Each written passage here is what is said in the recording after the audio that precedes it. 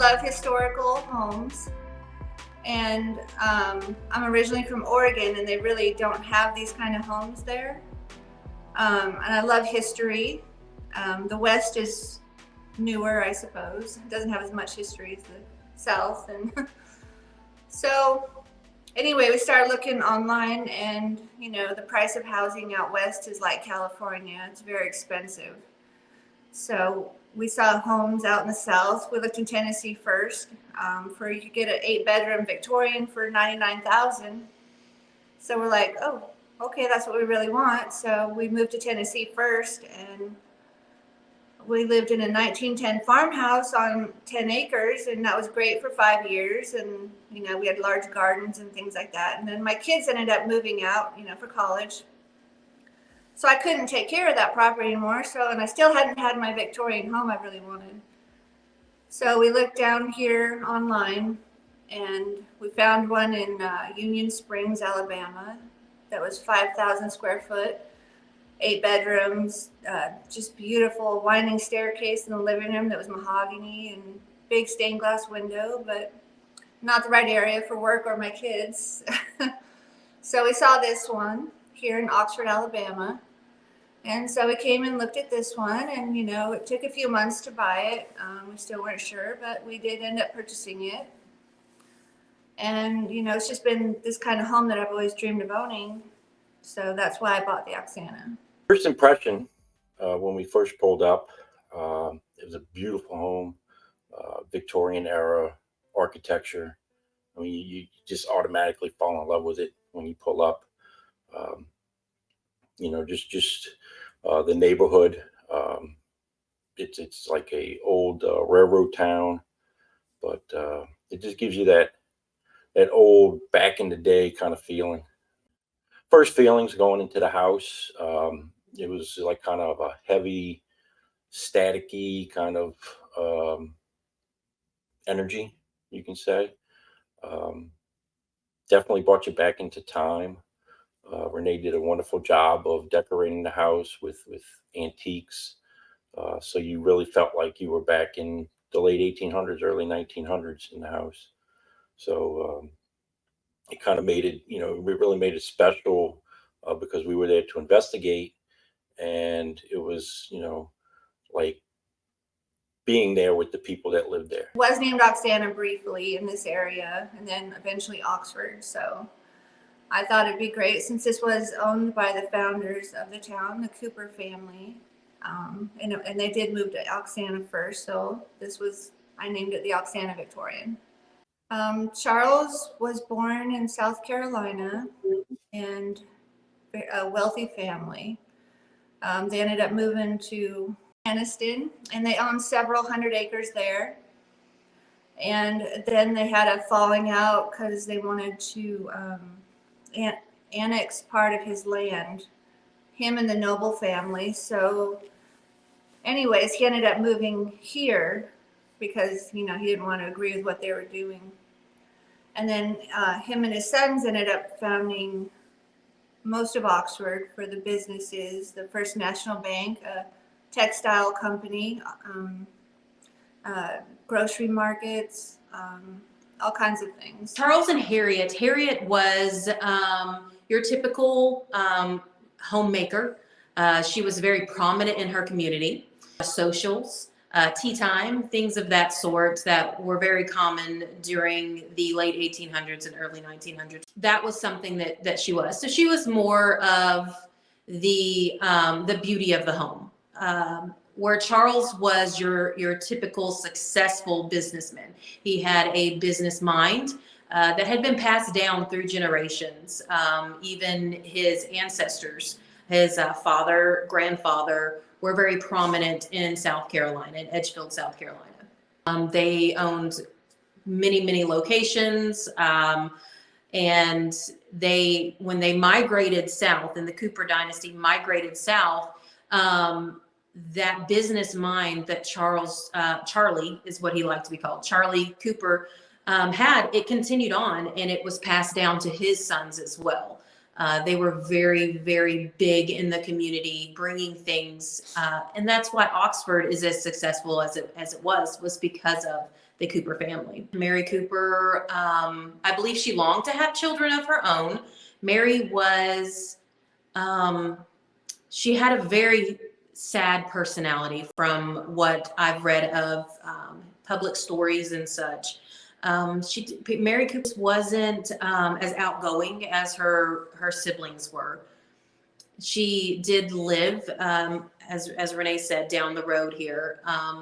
And after her husband passed away, she moved here to the Cooper home at 1 Main Street. And it was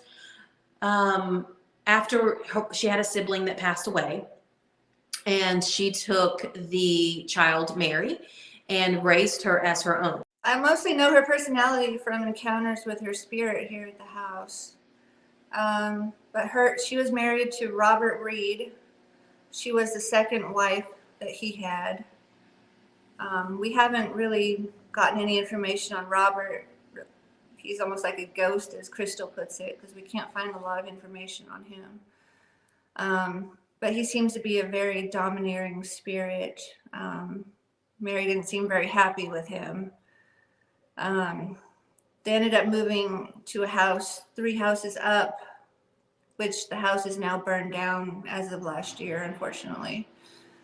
But she did end up moving back into this house. I believe she's a prominent spirit because during most of our encounters, she's the one that shows up and speaks on the spirit box. And 3 or 4 months after I first moved here, I walked up the stairway, and on the second part of the landing, I saw a spirit to the right of the landing, and it was a woman of the Victorian era with her hair up and a white gown, like tied at the neck, and on, how they wore the dresses back then.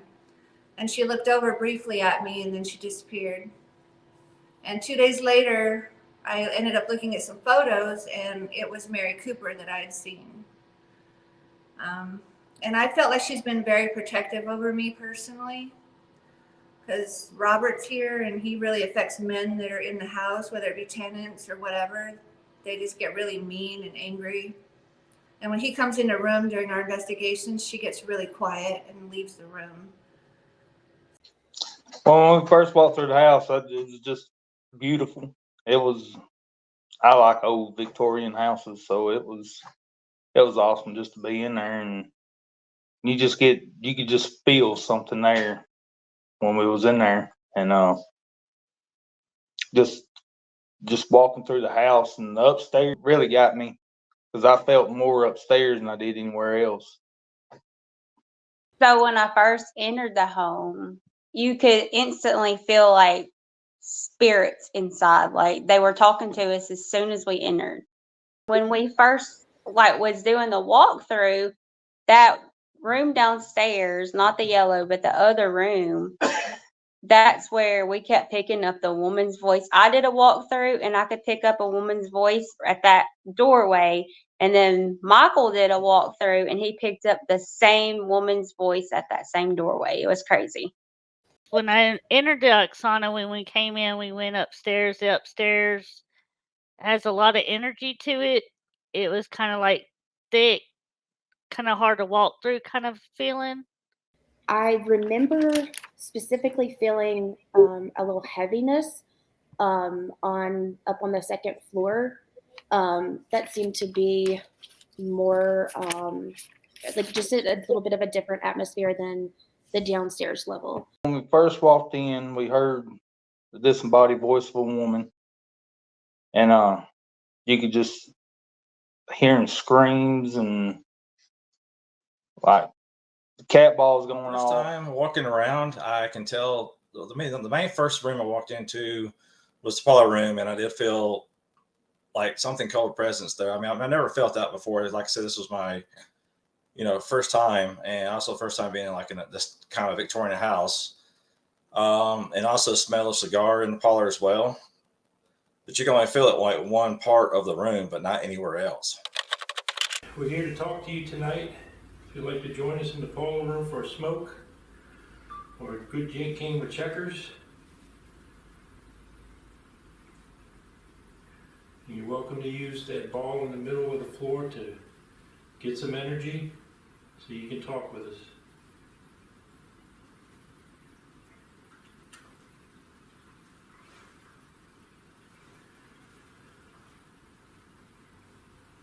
Who is here with us tonight?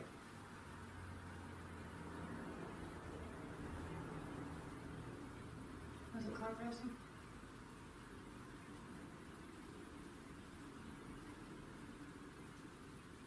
Are you a member of the Cooper family?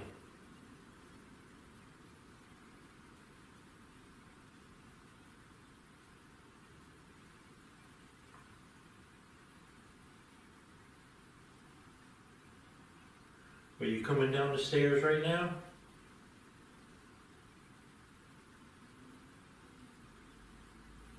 Thank you for lighting up that light for us.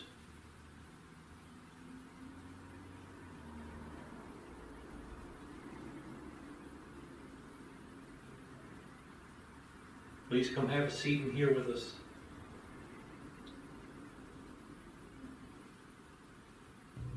We're not here to mean you any harm.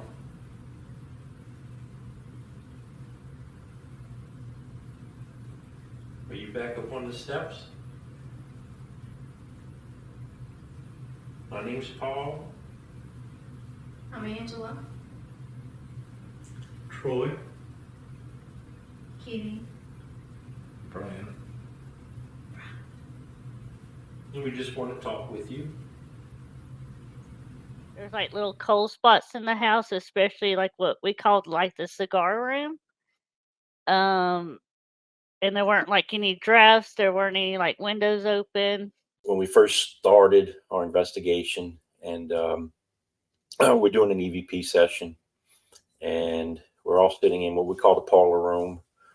It's more like a living room. We call it the parlor room. You have view to the stairway from that room, and we had some motion detectors set up on the stairway at the top of the stairway. So we're all in the room, and as we're doing the EVP session, we're inviting the spirits to come down with us, come down the stairs to join us in the room. And as on cue, the motion sensors light up, and it kind of felt like it was apprehensive of like entering the room.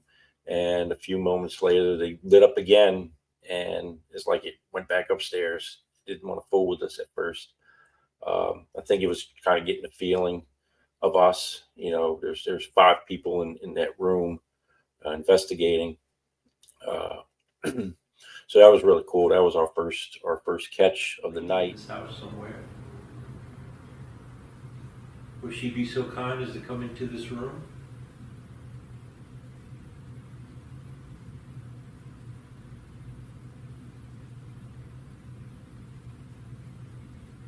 Can you step toward this way?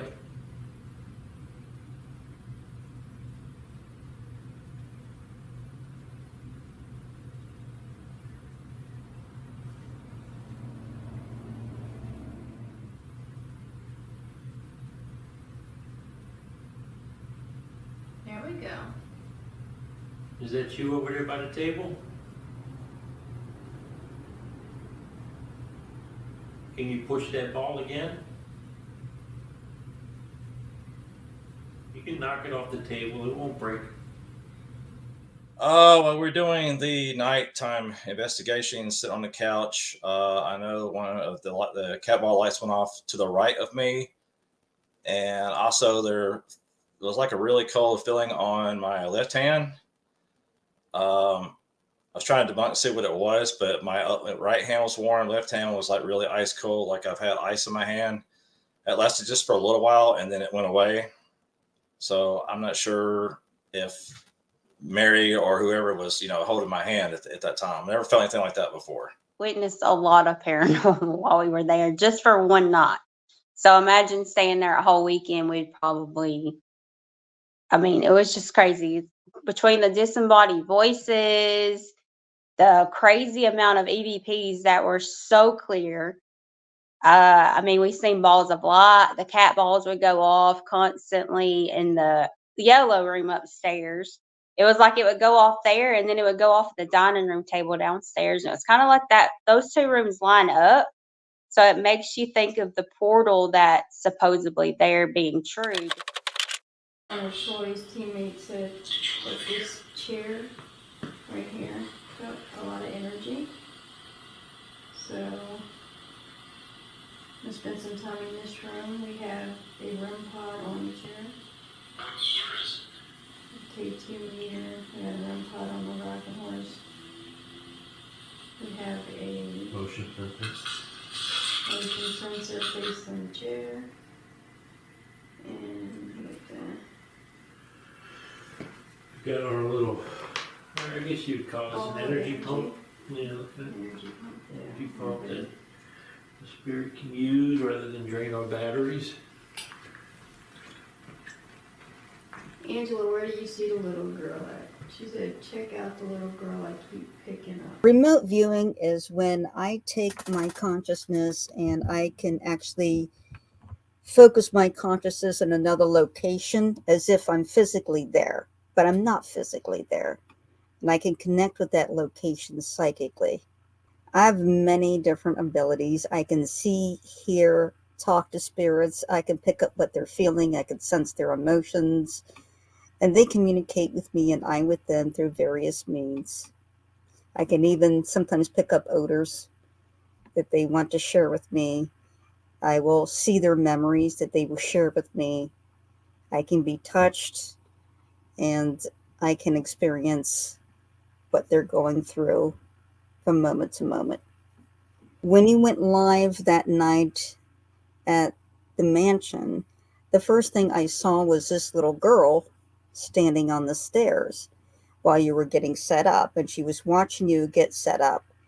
And when you went live, she went into the room with you, and I picked her up right away, and I picked her up very strongly. And I would ask her questions and she would respond. And then I would also pass on the questions to you to prompt to ask her to get a response from her. So the first thing I thought of was her doll, because the first thing I felt like from her was that I was missing my doll and that she really would like to have it. Did you leave it outside?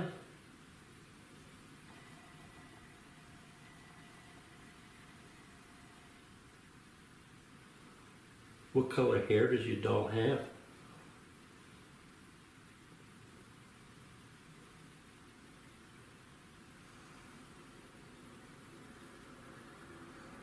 Can you get close to my arm? Babe, can you bring the camera close to my arm? Me getting hair sticking up. Yeah, I can't make it out. And I can't Right. connect the plug because I have my phone. right here. You can't really tell. Just Oh like yeah, I can see right there. they're moving. Feels like someone's moving the hairs on my arm. Right there, They are see it? sticking up, yeah. Oh, Yeah. look at that. Look, they're moving. Look. Look at it. I can feel them moving my hairs. That is cool. But one thing I will have to remark about this mansion is that the spirits there connect unusually strongly than I've had with other mansions doing remote viewing. This place, once they've reached out to someone like me, they make a very strong connection and their communication is very, very clear. So there isn't any ambiguity about what they're communicating, and that's something that's quite unusual, I find, at these locations.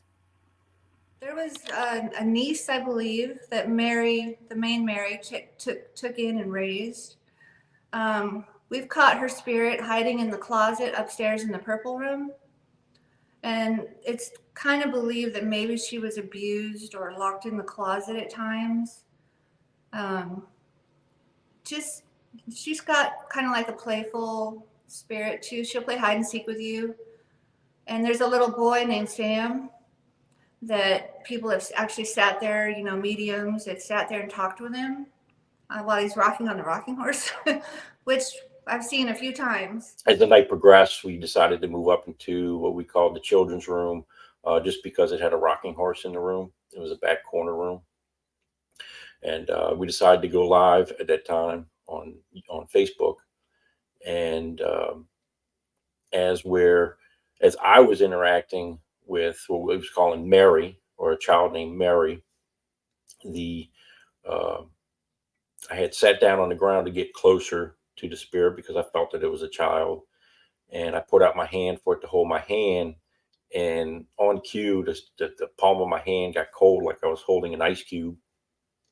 And so I enticed it, you know, the little girl, hey, don't be afraid of us. You know, we're here to help. I understand you lost a doll.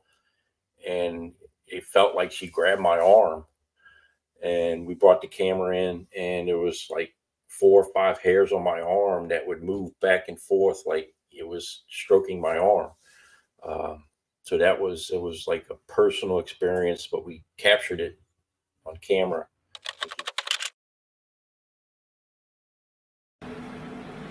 Are we in your room?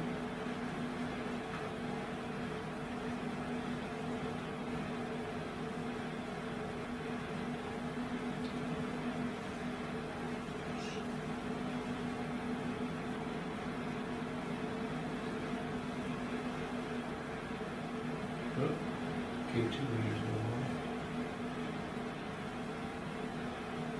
Got a little spike on K2. There we go again. Are you Mr. Cooper or Mrs. Cooper?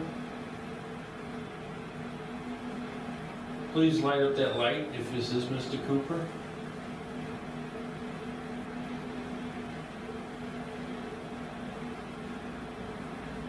Is your name Mary?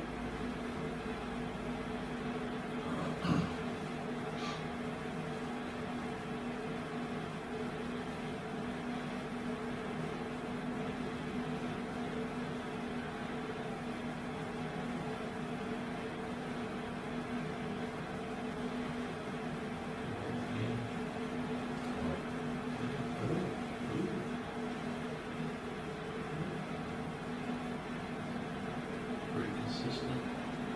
Who's in the room with us right now?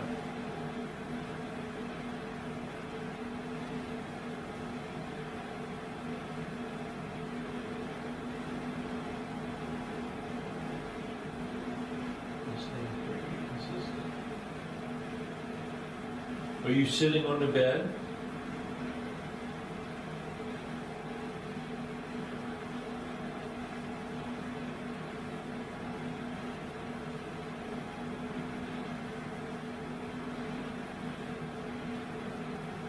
Can you walk away from that light and go stand by the door?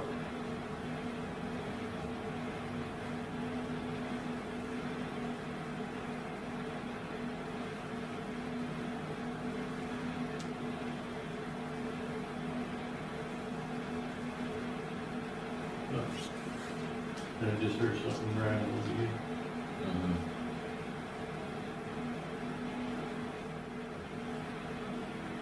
You can come sit on the bed if you'd like.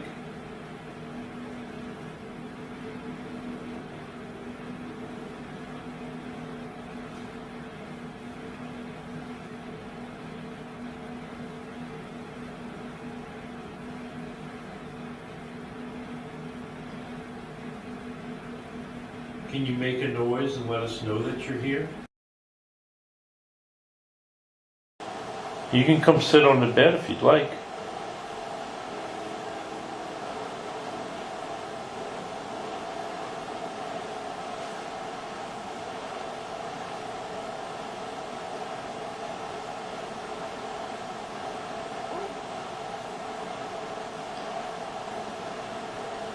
The EVPs we caught there, we kept catching the same male. It sounded like an older black man sometimes.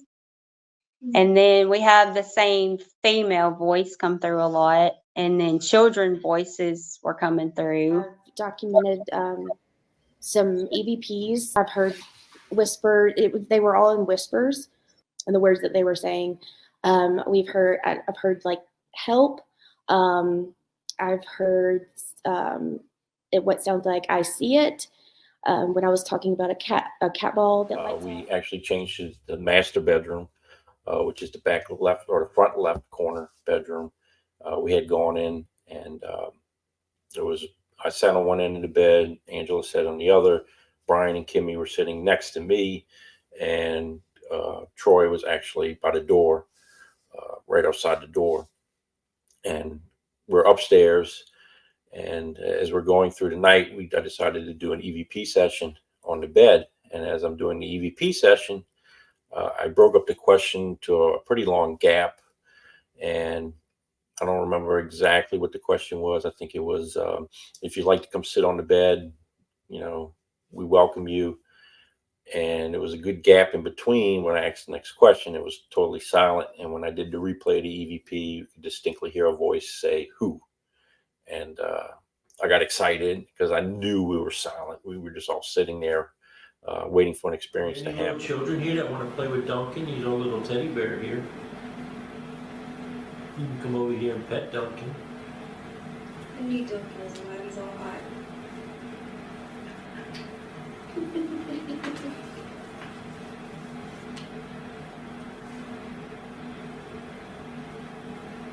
You want to play with our teddy bear?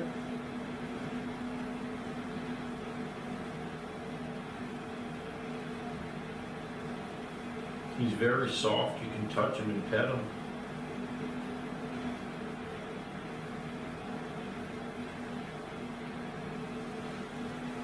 Duncan used to have a little girl that was his mommy at one time, and he lost her too. So maybe you can give him cuddles.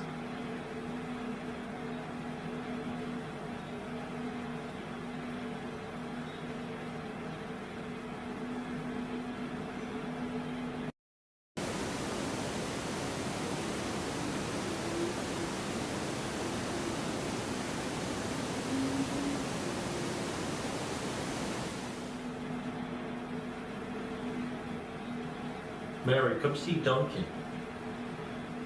To me, it sounded like a little girl, like humming a little song, like some kids do to themselves sometimes. I guess like when they're singing to their dolls, like a little bedtime song or something. I mean, it's what it sounded like to me. I mean, everybody may hear it differently, but that's what it sounded like to me. Definitely hear like something above, like there was sounded like something was running, and then it was you can hear the humming right underneath it. We were still up in the room, the master bedroom, and then we started talking the bear to try and entice Mary or any child to play with the bear.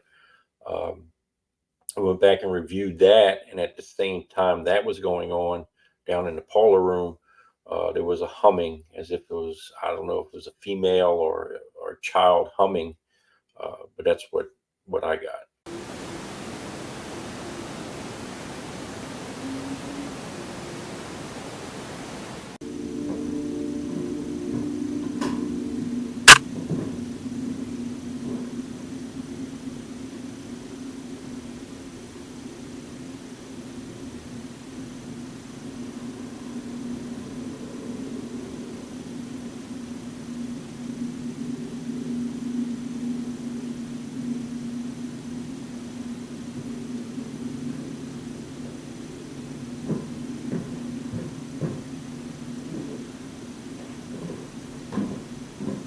We did review all the evidence all together.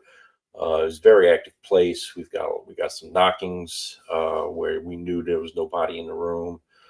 We did get some light anomalies during the knocking. We had the cat balls go off during investigation.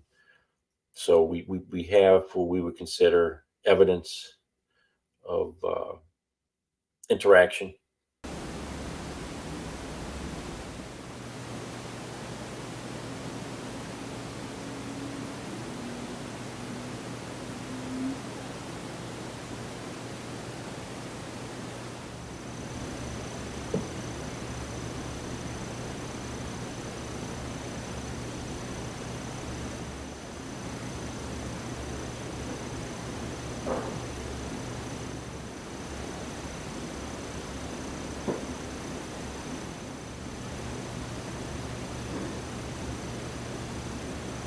Definitely visit it, learn the history on it.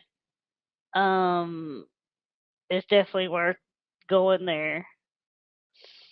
The house is really cool. I mean, I've been in some old houses like down south, but never the house of this caliber, this size, of Victorian. I mean, I was excited to be in it, to see what this kind of house was like. I've always seen it on TV, but I like to be there. And Plus, there's been sightings, of, apparitions or I guess Mary there during that time. So that made it even cooler at the time. You can, even when you pull up to it, it looks like something's going on there.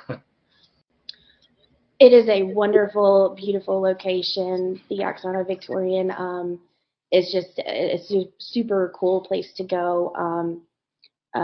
Nothing negative that we felt, and the owner of the place has done a fantastic job of upkeeping it, keeping as much as original as possible, and having that same old timey look to it, inside and out. With all of us working together in the paranormal community, we can save this home. We can, keep continuing the historical research and the historical preservation of this home, and we can all do this together. So hopefully, everybody can help us out. Well, I like to preserve it because Oxford is tearing down many historic homes in my neighborhood. They're getting ready to tear down 3 more. They already tore down 2 up the road. And this house is, just been a passion of mine for history, for one. And this house is so beautiful, and it's got much of the original architecture still in it. And I mean, it's built by the founders of Oxford. You think that they would want to keep it, and save it. But, people just don't seem to care about that kind of thing anymore. But that's my main goal, is to preserve this and keep this as part of the history so future generations can enjoy it. I think it's worth saving.